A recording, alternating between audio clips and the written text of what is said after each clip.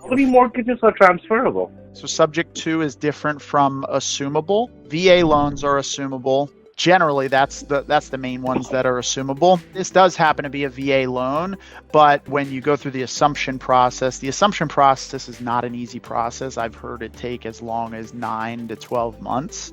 Subject to is basically we're closing on the house subject to the existing mortgage remaining in place.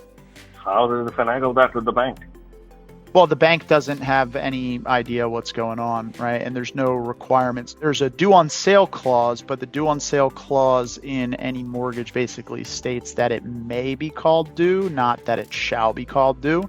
And so the banks, all they care about is that they're getting their monthly payment. So we just basically keep making the monthly payment, and as long as they continue to accept the payment, they can't accelerate the note. Now, if they do accelerate the note, the way the letter typically reads, if they push the due on sale clause, which between us and a bunch of our partners, have done, over 500 subject to transactions, due on sale clause has been called like maybe 4 or 5 times, and every time we've been able to overcome it.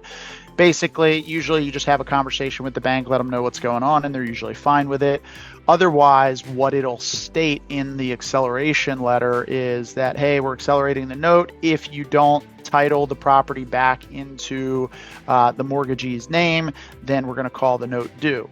So what that gives us the ability to do in the way that we structure our contracts is it basically states in our contracts that in the event the due on sale clause is called, we can unwind the transaction and then reperform the transaction on a contract for deed or executory contract or land contract where the title still stays in the seller's name, who would be the mortgagee. Basically, we just do what the lender is asking us to do, and so it just transfers back into the seller's name, and then we have a contract that basically states once the mortgage is paid off, then the title will transfer to us.